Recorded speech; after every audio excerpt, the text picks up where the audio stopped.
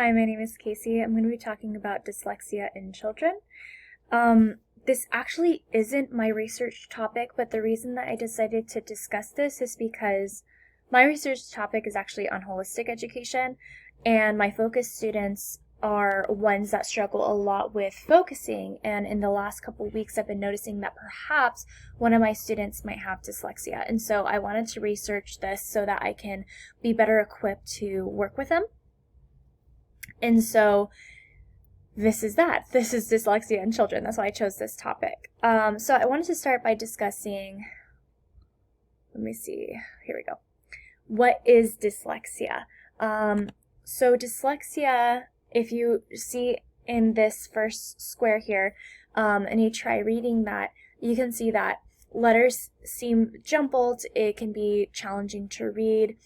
The main idea is that when they are reading, it takes a lot longer for them to decode and also for them to comprehend what it is that they're reading. And so it can really cause a problem with both comprehension and keeping up with the class. And it has nothing to do with their ability in other regards, but it's simply in their reading and comprehension in that sense. So they might be understanding math just fine or doing really well in other areas academically, but spelling and writing and reading are the areas that they really struggle with, and it could be because of this reason. So at the bottom it actually tells you what it is that you're supposed to read up there. So I had tried reading it, and I really did notice that, it slowed me down and made it harder for me to read it, and also the comprehension, it took me a little bit longer to understand what it was that I was reading. So here it says that the bottom line is that it does exist, dyslexia, no matter what name people give it, special learning disability, etc. In fact, according to Sally Shaywitz, its prevalence is actually 1 in 5, which is 20%. That's super jarring, because that tells us that there are so many students who are going undiagnosed with dyslexia, because it's not something that is easy to diagnose, unfortunately. It's very surprising to me how challenging it is to diagnose a child with dyslexia, whereas ADHD is something that's so easy to diagnose them with. Of course, my side note, personal qualm with it is that dyslexia isn't something that you can fix with a pill, and so I think that could be part of it, but that's just my speculation. However, it is really hard. In fact, a lot of parents, they don't even have the opportunity to have their child tested in regular school environments, whereas there's lots of other testing that is done. So it can be challenging sometimes to diagnose for that reason. Some parents are actually sent to pediatricians to get it sorted, which is so bizarre to me. But anyway, that's a side note on dyslexia. So let's jump into this academic journal. So this academic journal is called Compensation for Poor Character Learning, Intact Visual and Phonetic Strategies Amongst Chinese Children with Dyslexia. This really jumped out to me because not only was I trying to find an academic article that discussed dyslexia, but I found it very interesting that children who were learning Mandarin especially had a lot of trouble if they had dyslexia, because they don't have the same alphabetic language as we do, but instead they have characters that are written, and that can make it extraordinarily hard for children with dyslexia. So let's go ahead and jump into these questions. The first question is, what was the author's concern? The author's concern was presentation of visual and phonetic strategies for dyslexic Chinese children, which is totally understandable. Why were they concerned? In order for students to develop the literacy skills and capacity their peers have, requires intentional learning and considerable effort.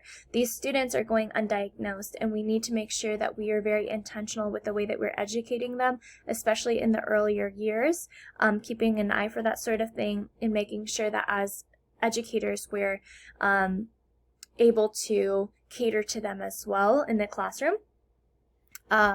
Also, that written word learning is a crucial stage for further education. These students, despite the fact that academically they're bright, just like the rest, they have this learning disability that makes it very challenging for them to keep up with their peers, which is incredibly frustrating for the student. What kind of evidence did the author produce to show why there was a concern? So they explained the issues that were seen in children with dyslexia, such as their errors made more often with semi-regular characters than irregular characters, which makes total sense because characters that are similar, such as D's, B's, P's, they look very similar. So it makes sense that those kinds of characters were much more challenging as opposed to, something like an R or an S, that sort of thing. They also discuss how the alphabetic language, just as we discussed before, of English can be easier at times to differentiate than the characters learned in Mandarin. Visual cues are what they suggest make it difficult for that reason. What did they do about it? So they classified the children's errors as dyslexic into 4 different categories. So they classified it as phonetic derivation, sorry, I had trouble reading that word, phonetic analogy, intra-word list inferences, and visually similar letters. What evidence did they produce to show how the situation unfolded? So they presented data charts to show how their 8 trials went between available and unavailable visual group cues. They also had multiple experiments that looked for methods that help students with dyslexia. So they didn't just stop with one experiment, but they used that experiment, adapted it, and then continued. How did the author make sure their conclusions were fair and accurate? So just as I mentioned, they represented actual results from the experiments done with real students to measure their effectiveness and intentional education. They had presented data charts to show how their 8 trials went between available and unavailable visual group cues, and they had multiple experiments as well. How did the author modify his or her practice in light of the evaluation?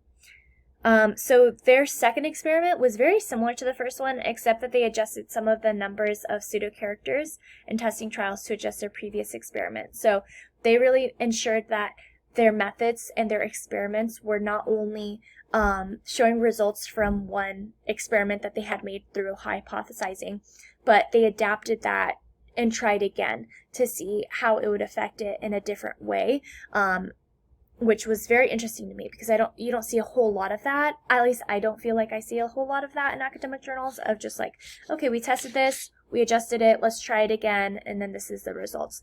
So it was very interesting. This really taught me that it is very important to make sure that we're adjusting along the way, which is so important. It's really helpful for my research, so I can ensure that my research is well developed and well analyzed as well. I wanted to discuss, I put those slides in the wrong spot. So what dyslexia is not. So dyslexia is not caused by lack of motivation. This is what it looks like sometimes. It's not a visual problem necessarily. It's not a problem of intelligence. It's not difficulty copying words from one place to the next. It's not laziness. It's not outgrown, right? This is not something that they'll grow out of as they get bigger or smarter. It's not caused by parents not reading to their child. So this is super comforting for parents who find out their child has dyslexia. It's not seeing letters backwards, and it's not rare.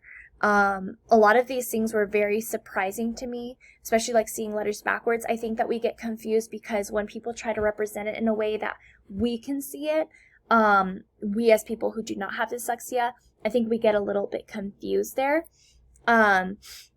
Because we're like, oh, so that's what it is that it's backward. Well, no, it's just that the way that our brain is evaluating the word that we see is challenging, and so they're trying to replicate that.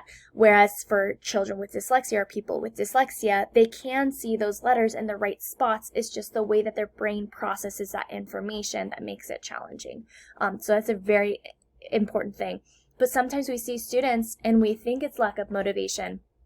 So it's important for us to remember that that's not the root cause. And lastly, I just wanted to mention first, thank you. But the font, if you wondered like, oh, this font's kind of funky.